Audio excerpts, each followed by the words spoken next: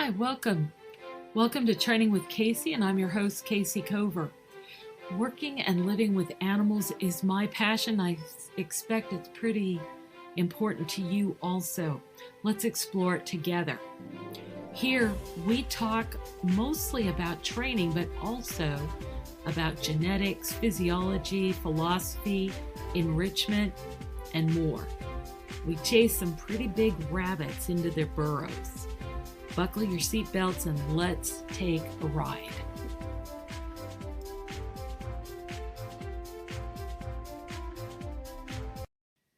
Hi all, thanks for tuning in with me. Just a quick note, we're launching the perception modification classes for 2024 this week, and a number of people have been asking about doing private training sessions online or private consultations. Now, while I'm really, humbled, honored, delighted that you're interested, I don't have time right now. We are working so hard to get the materials online, and there's a lot of materials. So there's one way to get private training and consultation time with me, and that's by taking one of our small classes. So if you want to see amazing changes with your animals, I would be happy to do that with you, to take that journey, but I have to take it through the class. Thank you again, and back to our story. I'm passionate about the subject of integrity, but I made an error during the podcast, so I just want to give you a heads up. I referred to Baltimore Aquarium as losing half of their animals. That's not correct. They lost 2 pregnant females, so a total of 4 animals due to anesthesia accidents. Those were female gray seals. So I was referring to half of their pinniped or seal population. And one other note, I am so passionate about this subject because it really, really bothers me when another person that's had a career with animals turns around and says nobody should do that. Like, why shouldn't they do that? Well, they shouldn't do that because they did something that they think is really wrong, and they don't want to see other people do that. And so I make a point. Don't do that.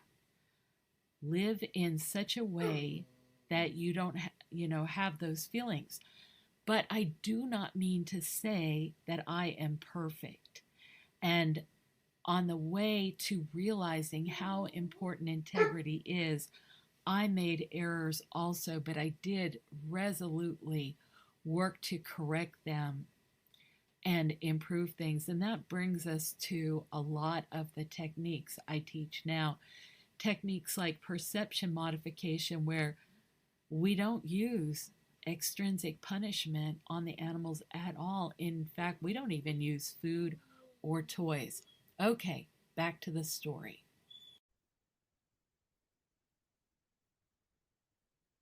Hey, y'all, let's talk about integrity. This was actually the subject of our first podcast. I'm going to pretty much redo it, but at that time there was a world event, and I tied everything to that. And I want to do it again, but make it so it goes through all time and not being dated by anything. So why is the podcast on integrity the very first thing I do? And it's for a couple of reasons. One is that I think practicing integrity in all that you do with animals to your greatest ability is the absolute best health and life insurance you can have. And I'm going to talk about more of that in a minute. But also, having integrity in everything you do with animals in the decisions you make, I think is the surest way to ensure that you will never regret your time in this very important field.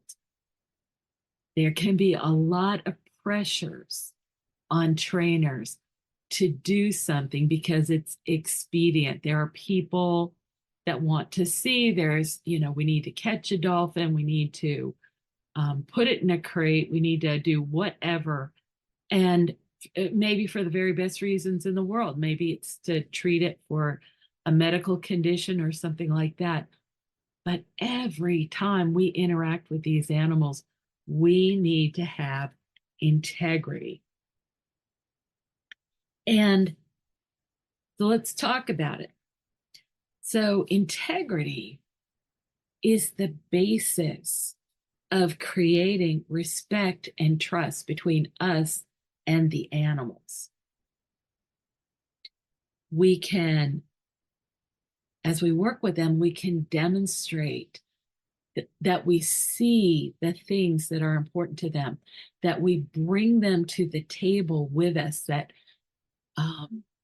everything from if your animal wants to play with a ball and you need it to get a vet exam, there's a time to get a vet exam and there's a time to play with a ball.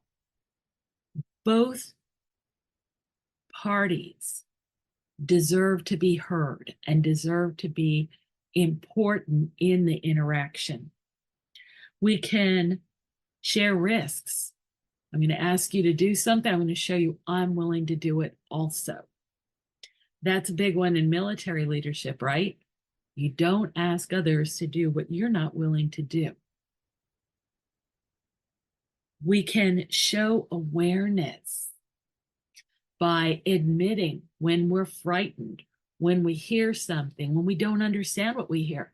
There's a lot of people that will say, oh, just act confident around an animal when something scary happens, like a scary sound or, fireworks or something like that. Just act like everything's okay and kind of compel everything to go forward. You don't know if it's going to be okay. We can't control everything. Yeah, I think it's a lot better to say to that animal, I'm not sure what that is, but I'm here with you. Let's do our best to get through it together. And to demonstrate that you're watching out for them at the same time that they're watching out for you. And to recognize that they're watching out for us. Kim Hawkinson and I were talking during a recent webinar, and I said, who do you think takes more care of the other one? Do you think you take more care of your dog or your dog takes more care of you? And she thought about it for a minute. She goes, I think I take more care of my dog. And I just shook my head and I go, okay. And I go, but every time your dog barks, your dog is trying to take care of you. And she got this kind of shocked look on her face. And it was really something because it actually kind of moved her to tears. And she said, I hadn't thought about it that way. So the story we tell about Harlow and Kim is that every day at 3:00, Harlow would bark, bark, bark because Kim's girls came home from school. And so Kim appreciated it and everything, but it was a little much. Like she'd be on the phone and bark, bark, bark, bark, bark. And so in the class, we said, well, did you ever consider just telling her what will happen? That the girls will be home at 3:00. So she did. And that day when the girls came home, Harlow didn't bark at all. And Kim was astonished.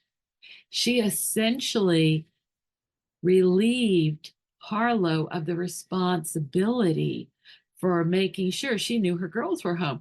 And think about it from Harlow's perspective. It's like, you would think that after I've been barking for 2 years, that Kim would figure out that the girls come home every day at 3, but no, I've got to tell her every single day. And then Kim shared with her, well, I'm expecting them at 3. And the dog's like, why didn't you tell me? Why didn't you tell me? Yeah, so that's kind of funny, but recognizing what the animals are doing for us, appreciating that. So let me tell you a story from my situation.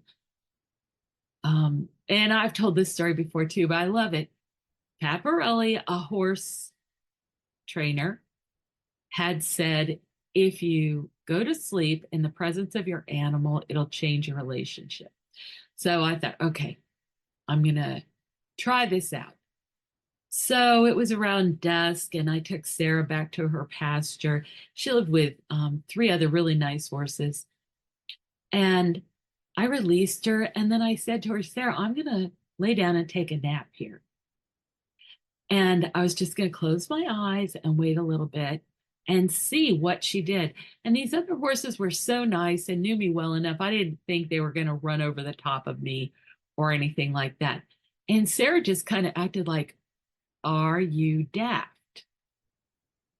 But I resolutely lay down, closed my eyes.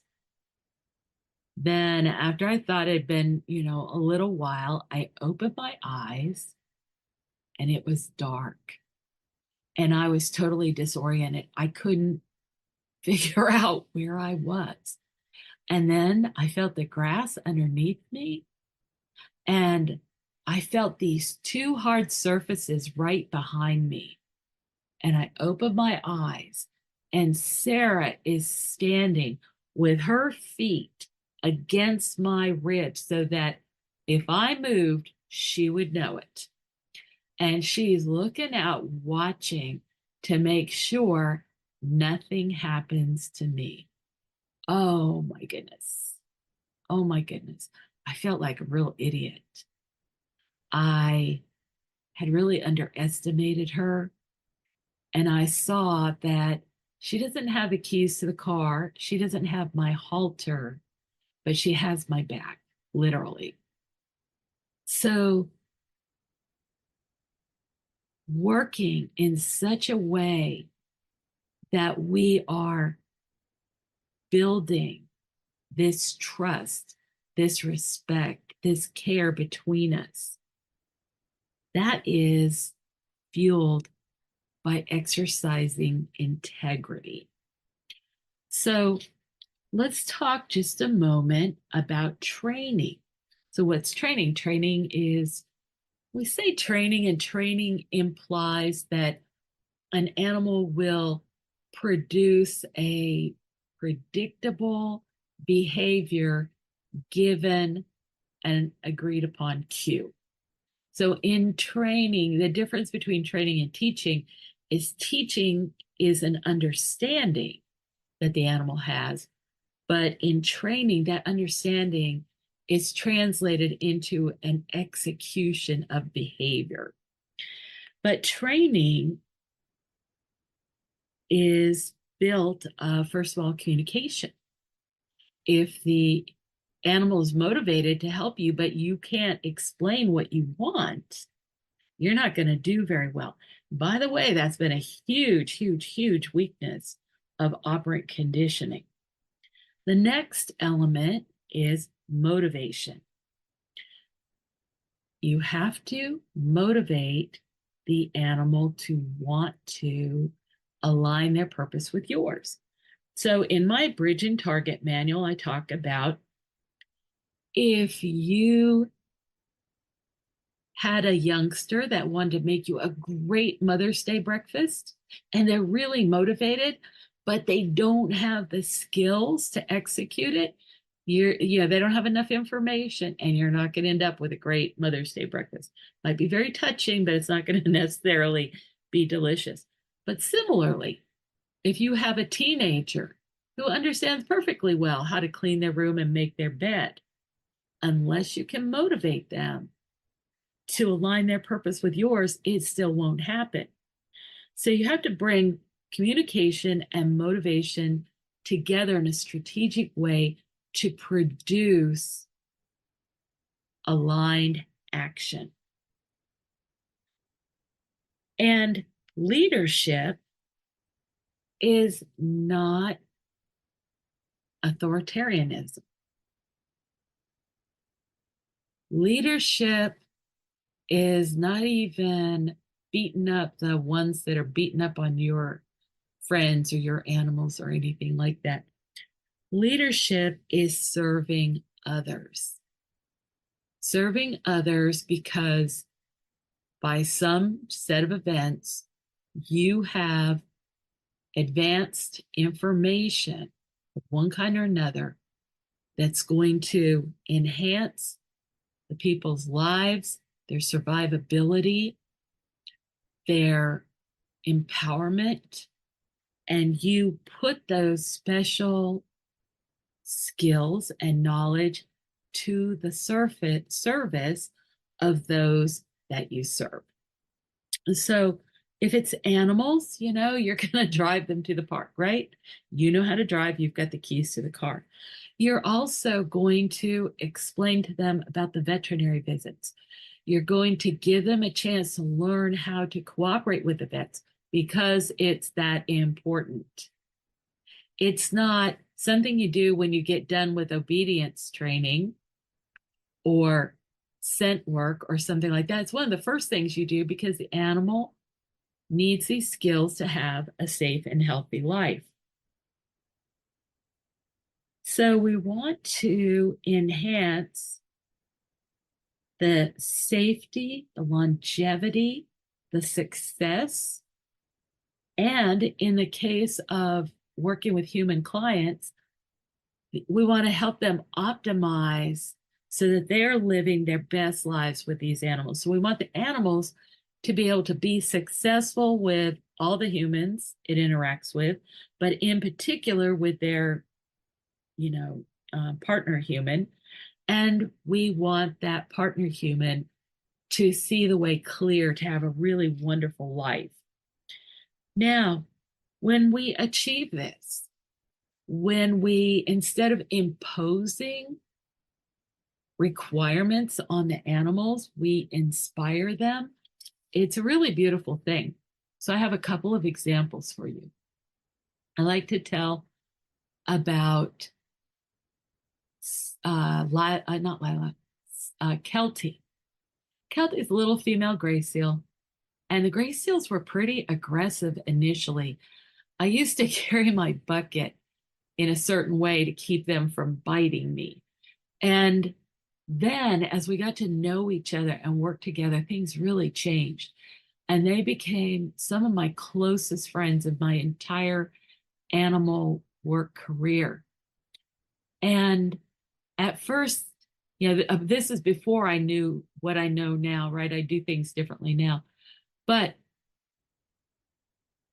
we did all this work to make sure they wouldn't bite, and they get it set up to have a chance to bite. And then they had to decide whether to bite or not, because we had to know that they wouldn't bite before we could go in and do veterinary procedures and so on. And it was really important because with gray seals, they had up to a 50% chance of dying just with routine anesthesia.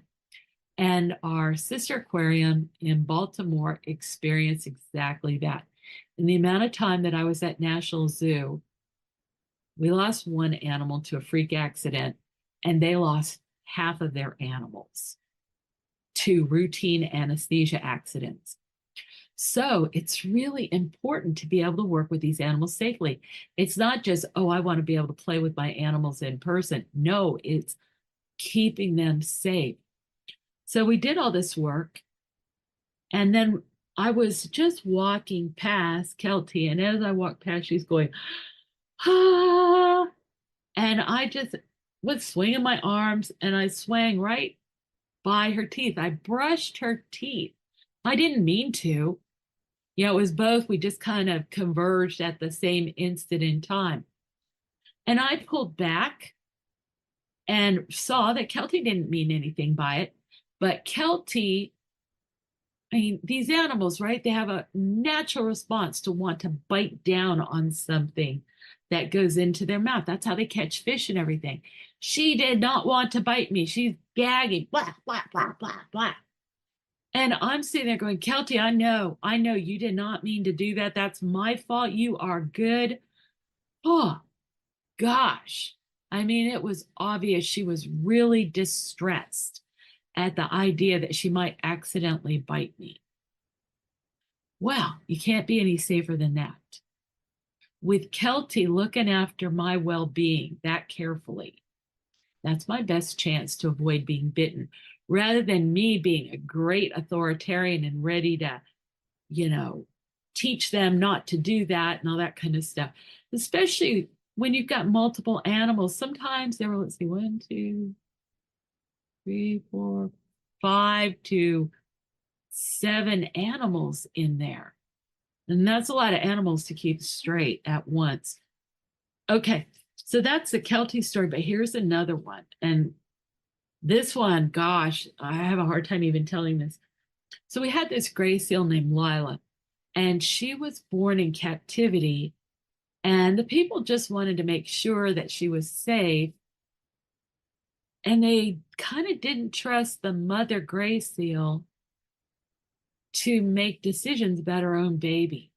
So they drained the pool and filled it up with hay bales so that little Lila could not slip into the water and drown. Can you imagine? That would be, I mean, everybody had the best intentions, but can you imagine if you went to the hospital to have your baby and all of a sudden the air is purple and they put you like in, those little balls or something so you can't fall on the ground and you're like, I'm trying to have a baby and what's going on here? What's wrong with the world? Et cetera, et cetera. Well, anyway, Lila is the most stressed gray seal I ever knew. And as you know, stress is directly related to illness and disease and death. And Lila had gotten a chlamydia infection in her eyes, and it robbed her vision. It made her blind. It was very, very painful. I went in to see her, and Lila wasn't assigned to me directly. She was under my management, but I wasn't her direct trainer. And she didn't really seem to have a really strong relationship with anybody, and certainly not with me. And she was up on her little tippy toes like this. And if you can see the white in my knuckles, that's how, I mean, her knuckles were covered with fur, but she was like this. And you can see the pain. She would go,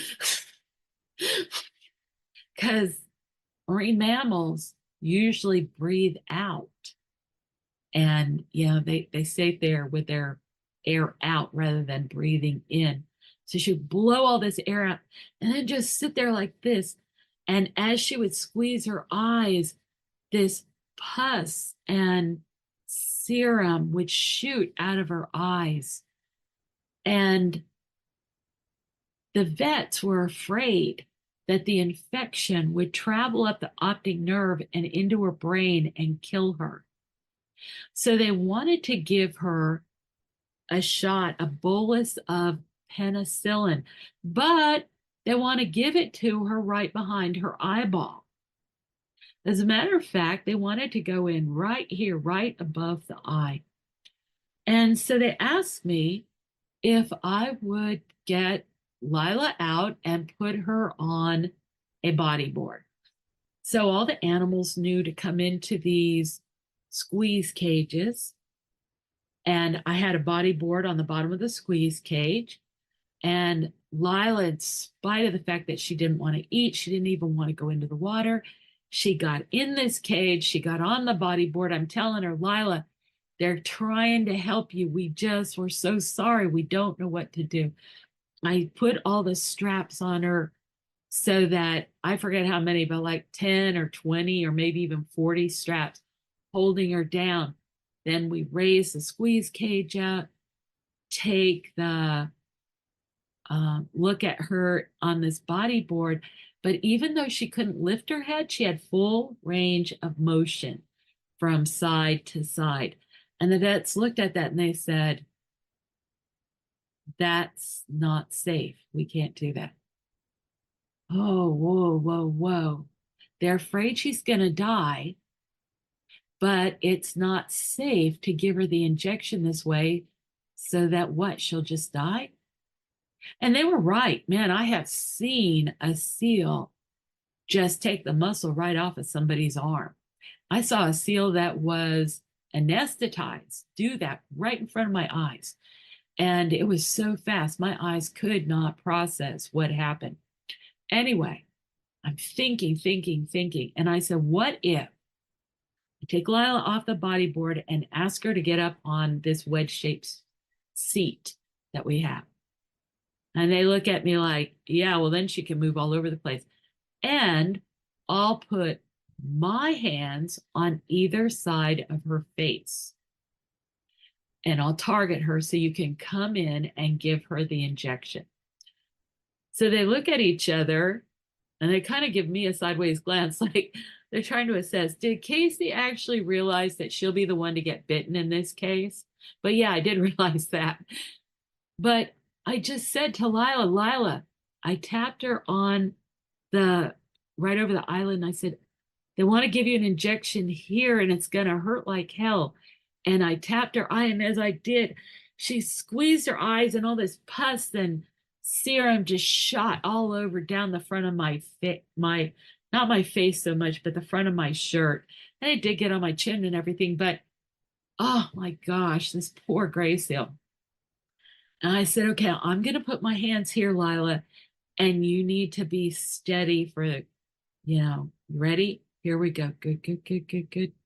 And I've got my hands in place. And I said to the vets, go.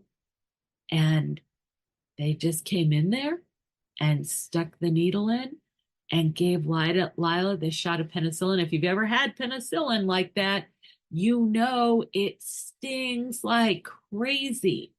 And we didn't know if it would hurt Lila because, does she have pain reception back there or even just from the pressure? We don't know. But in any case, they pull the needle out, they step back and they go, well, that was easier than we thought it was going to be. And I was in shock. I was in shock because Lila was still like this and she was breathing, breathing, breathing. I said, Lila, I hope to goodness, I hope that that's going to help you. That's why we did that. And the vets left and I let Lila go. And I was so moved. The tears just started to come. I realized I had so underestimated Lila. I thought because she was so stressed that she didn't have a relationship. I might not have been her best friend, but she trusted me. And because she trusted me, she honored me with the ability to help her life be better. Lila recovered from that infection. She did not gain her eyesight back, but she went on to live for many, many more years. And if we didn't have integrity between us, even though I didn't think we had friendship, I knew that I had always dealt with Lila honestly, with transparency, congruency, coherency, with respect, and making sure that things were mutually beneficial and mutually responsible. Those are the 6 elements of integrity as I see it. We had another case with Jordy the rhino. Jordy needed something similar. He had to get an abscess flushed under his horn. They'd been trying for 8 months. He wouldn't cooperate. I go to his zoo. I didn't know him from anybody, nor did he ever know me. They gave me his sack of cut up vegetables and bread and so forth. That was what I had to train him with. And I just explained, Jordy, they're trying to help you. They want to put betadine and water in the abscess under your horn. You can do this like this, or they're thinking about using the chute or anesthesia. Now, as I say these things to these animals, I also think them in pictures. But you know what?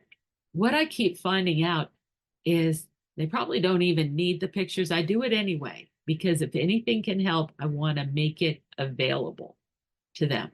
Like if they can read my mind and see my little pictures in my mind, outstanding. Here you go, guys. But over and over and over again, I find out these animals have already learned so much, English or French, whatever language we're dealing in. And come on, if you lived in Russia for 6 months or 3 years or whatever, don't you think you'd pick up a lot of Russian words just from studying what was going on? Absolutely. So with Jordy, I was only there for part of a day. And so I explained this to him, and then I showed him what we were doing and the syringes. I let him examine them, all the little pieces, all the substances. I let him see each thing and think about it before I went to the next step. I got his permission before I went to the next step. Asking permission is one of the most important things that we can do to maintain integrity with the animals. So we did all that, and it was time to actually put the tube from the syringe into the hole in under the abscess.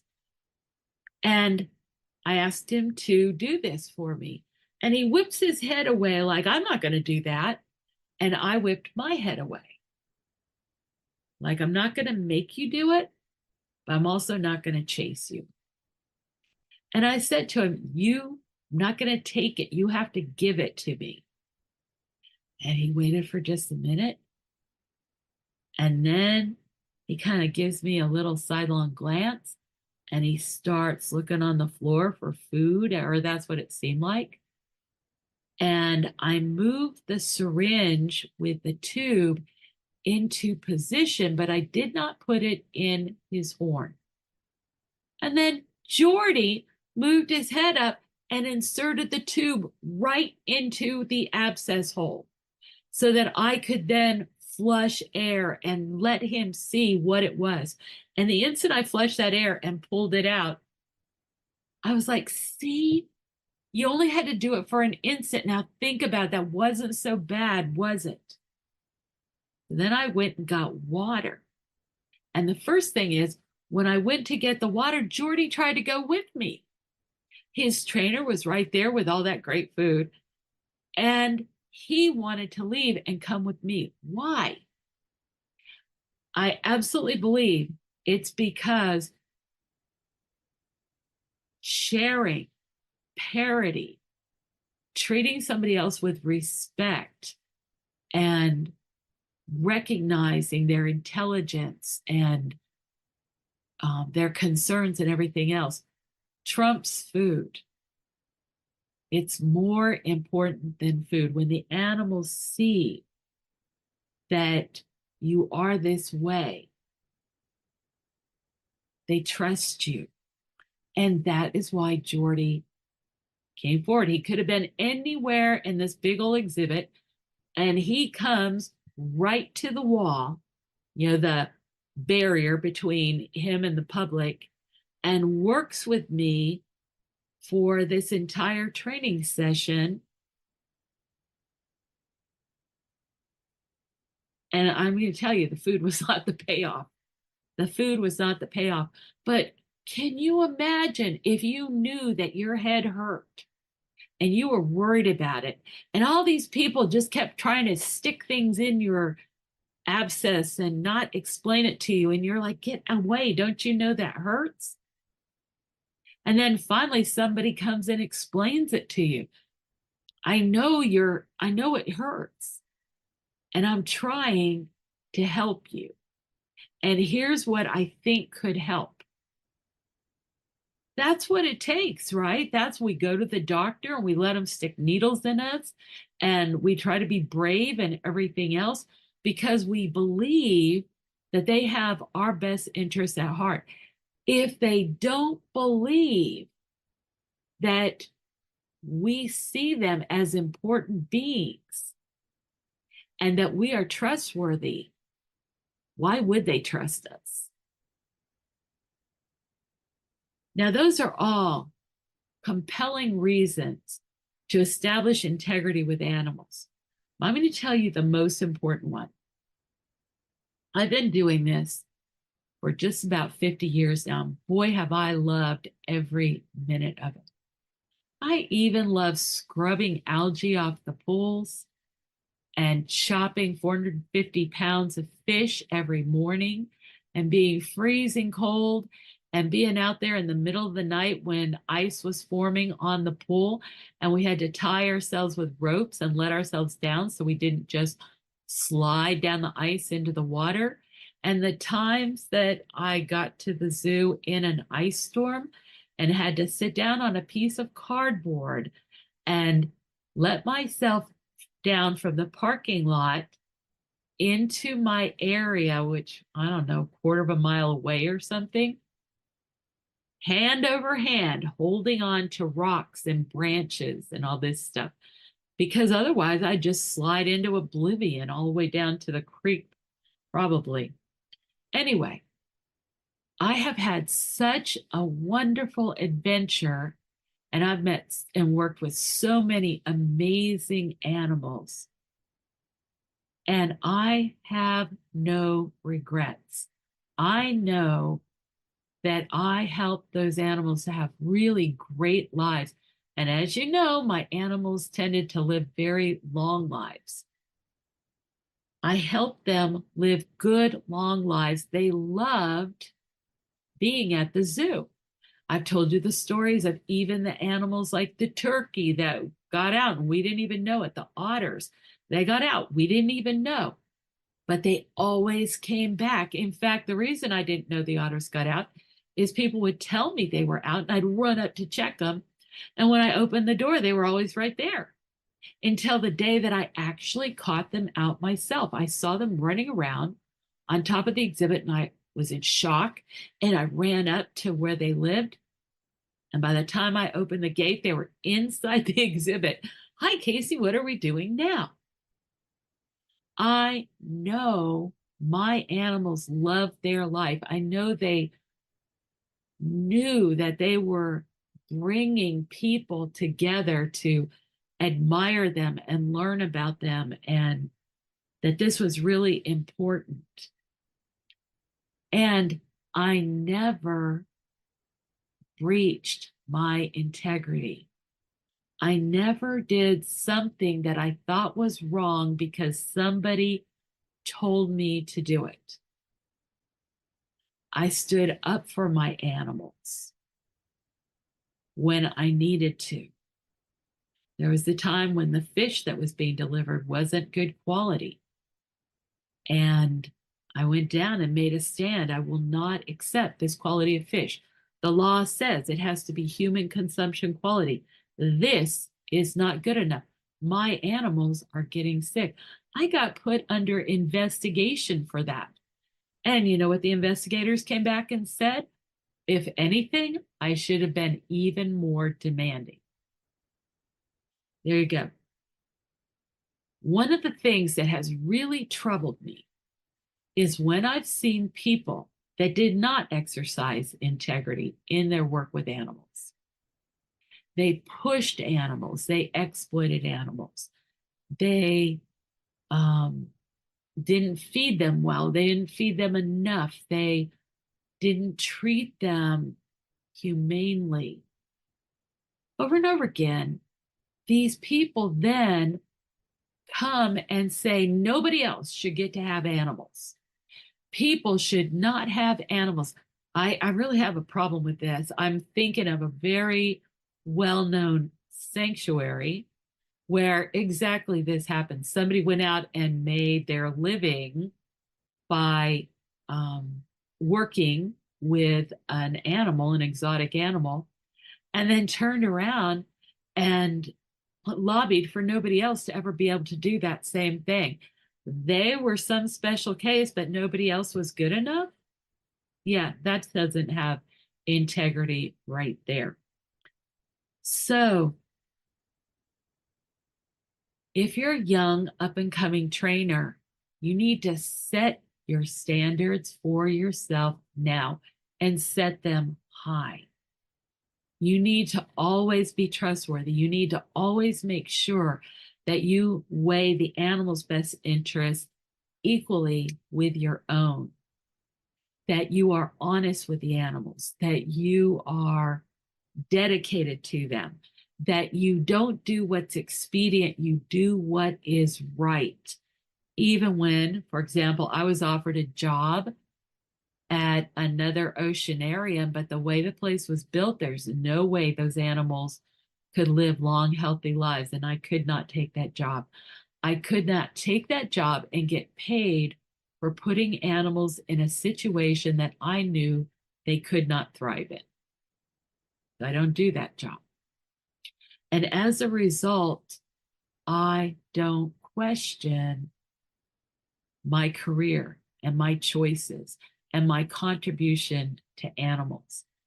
And I wish the same for every new animal professional coming along. Integrity is worth the investment. Thank you for sharing time with me, and we'll see you next time.